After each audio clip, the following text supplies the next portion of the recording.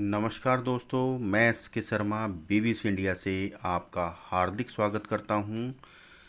कुछ लोग इस दुनिया में आते हैं और अपनी ऐसी अमिट छाप छोड़कर चले जाते हैं जिन्हें दुनिया सदियों सदियों तक याद रखती है। उनमें से ही एक मास्टर जी यानी सरोज खान अपना किरदार निभाकर 3 जुलाई 2020 को इस दुनिया को अलविदा कहकर चली गई।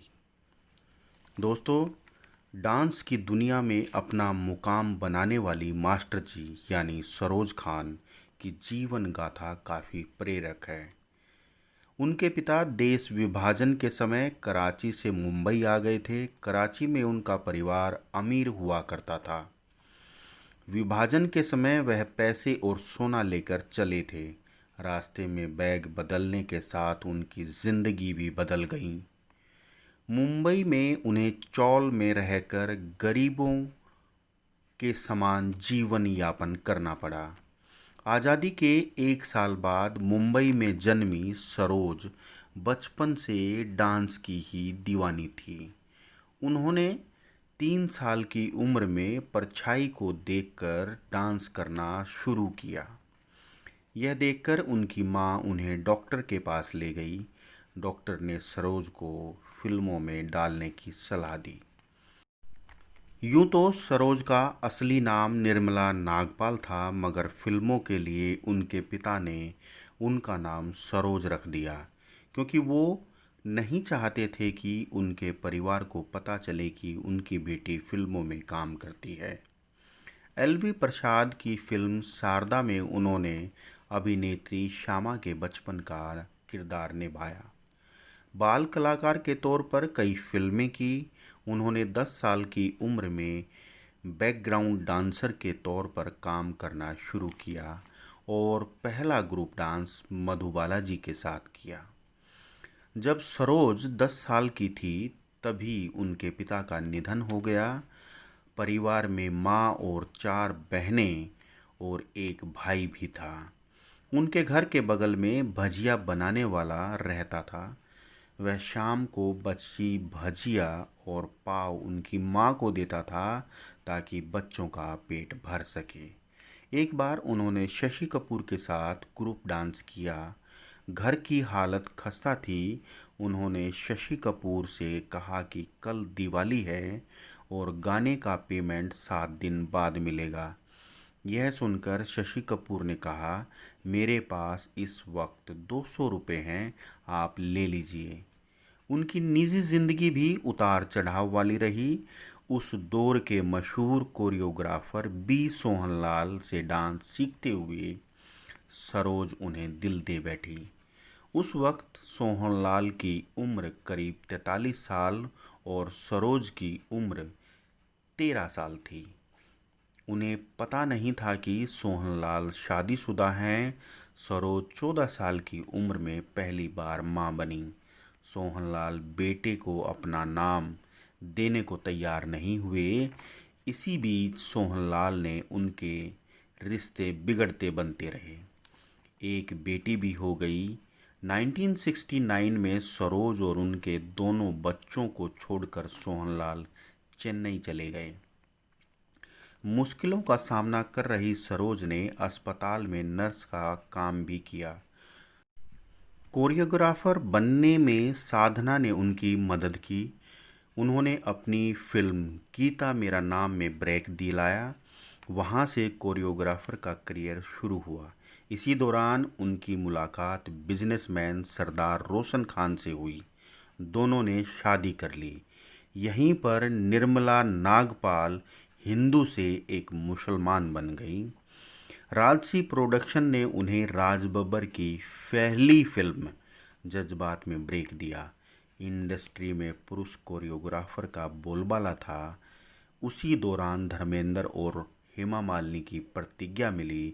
फिर तेजाब ने उनकी ज़िंदगी बदल दी। डांस डायरेक्टर को उस समय 15,000 रुपये प्रति गाना मिलते थे। तेजाब के बाद उन्होंने हर डांस में 1 लाख रुपए की पेशकश की। उन्होंने श्रीदेवी, माधुरी दीक्षित, काजोल, ऐश्वर्या राय बच्चन, करीना कपूर, शिल्पा शेट्टी के साथ कई यादगार गाने किए। सुभाष घई कहते हैं कि एक दौर का अंत हो गया। सरोज खान मेरी सिनेमा यात्रा का एक महत्वपूर्ण हिस्सा रही हैं।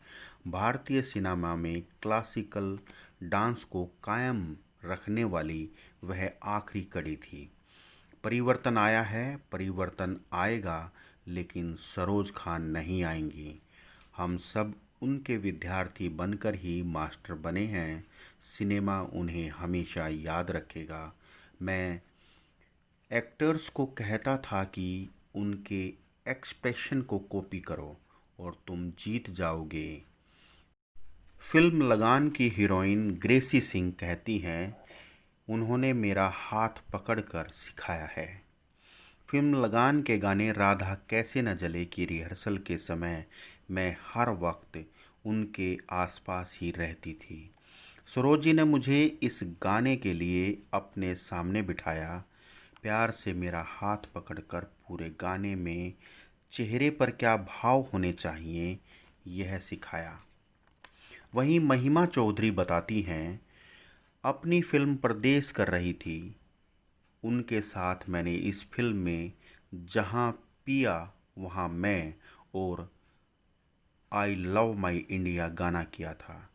वह जो स्टेप्स सिखाती थी 100 बार देखने के बाद भी मैं हूबहू नहीं कर पाती थी। चेहरे के भाव उनके लिए डांस से ज़्यादा ज़रूरी होते थे।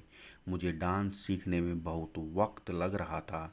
उन्होंने कहा कि तुम फिल्म में डांसर नहीं हो, जितना कर सकती हो उतना ही करो।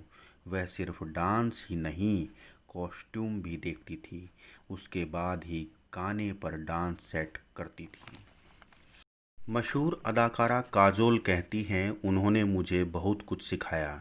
वह जो कहना चाहती थी वह उनके चेहरे पर, उनके हाव भाव में दिखता था। उनकी बढ़ती उम्र के बावजूद उनमें काम के प्रति उनका प्यार नज़र आता था।